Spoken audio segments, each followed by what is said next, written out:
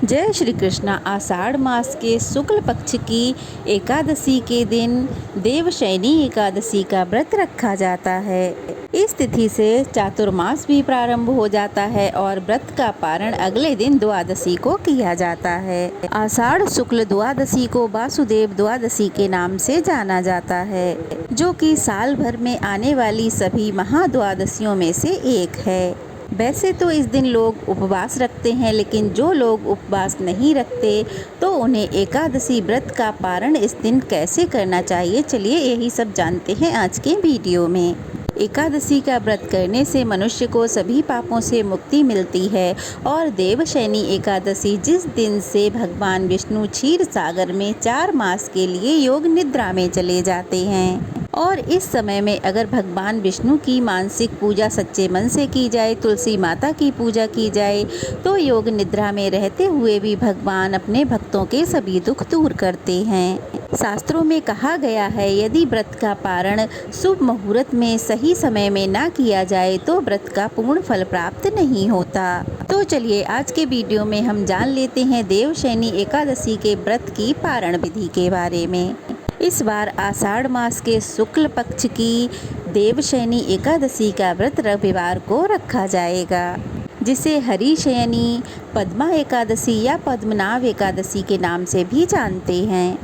इस बार एकादशी तिथि 5 जुलाई शनिवार शाम 6:59 से प्रारंभ होगी और 6 जुलाई रविवार रात 9:14 पर समाप्त हो जाएगी, और द्वादशी तिथि 6 जुलाई रविवार रात 9:15 से प्रारंभ होगी।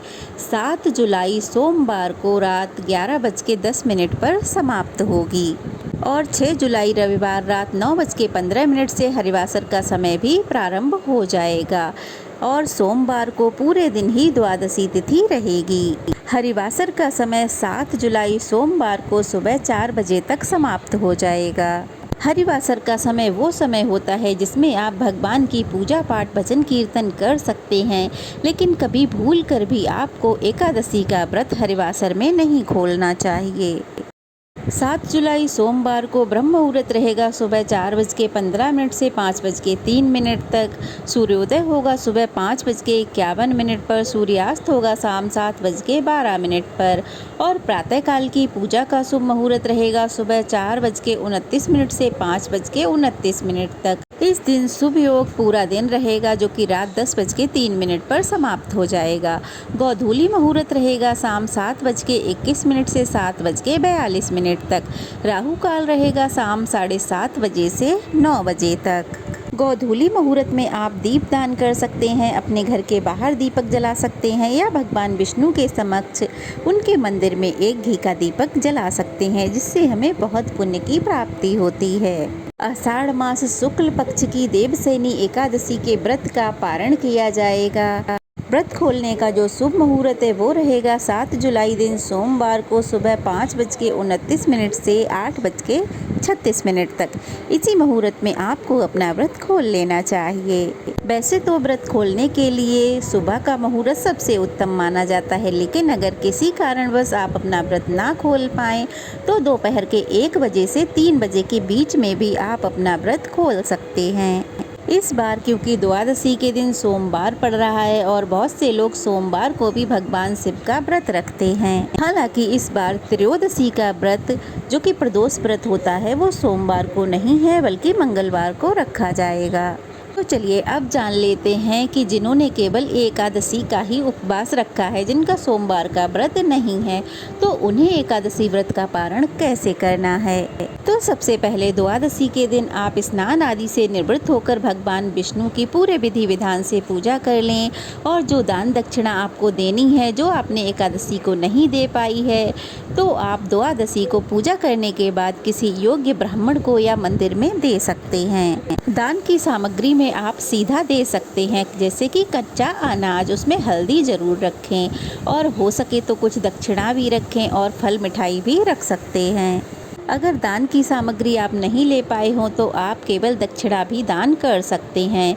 भगवान के भोग के लिए शुद्ध सात्विक भोजन बनाएं, अगर हो सके तो देसी घी में बनाएं, नहीं है तो तिल के तेल में भी बना सकते हैं। भगवान के भोग में आप खिचड़ी, पंचामृत, फल, मिठाई, शुद्ध सात्विक भोजन से भोग लगा सकते हैं।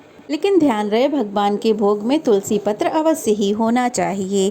अब जिन लोगों ने एकादशी का भी व्रत रखा है और सोमवार का भी व्रत रखा हुआ है, या फिर द्वादशी तिथि को वासुदेव द्वादशी का व्रत रखना है, तो फिर उन्हें अपना व्रत कैसे खोलना चाहिए। तो देखिए, आपको अपने व्रत का पालना कैसे करना है। आपको अपने व्रत का पालना करना है शुद्ध सात्विक चीज़ों से, जैसे कि फलाहार से।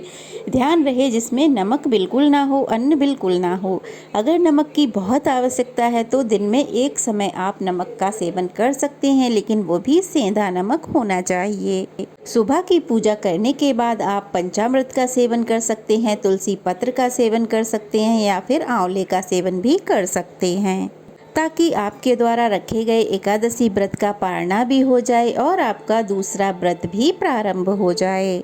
फिर आप दूसरे दिन का व्रत प्रारंभ करें और जैसे व्रत रखा जाता है नियम अनुसार, वैसे ही अपना व्रत पूरे दिन रखें। देवशयनी एकादशी को भगवान विष्णु को शयन कराया जाता है और चातुर्मास प्रारंभ होते ही सच्चे मन से पूरे 4 महीने तक तुलसी जी की पूजा का नियम भी लिया जाता है। तो द्वादशी की पूजा करने के बाद आप तुलसी जी को जल अर्पित करें, तिलक लगाएं, भोग अर्पित करें और 3 बार तुलसी जी की परिक्रमा अवश्य करें और ओम हरि प्रियाय नमः, ओम सुभद्राय नमः इन मंत्रों का जाप करें और अपनी प्रार्थना पूर्ति के लिए उनसे हाथ जोड़कर विनती करें और आपके परिवार पर अपनी कृपा बनाए रखने की विनती करें। इस तरह से आप तुलसी जी की पूजा प्रारंभ कर सकते हैं। तो ये थी आज की वीडियो। कैसी लगी कमेंट बॉक्स में बताइएगा। अच्छी लगी हो तो वीडियो को लाइक करके शेयर करें और अगर नए हैं तो प्लीज़ चैनल को सब्सक्राइब करें। जय श्री कृष्णा। राधे राधे।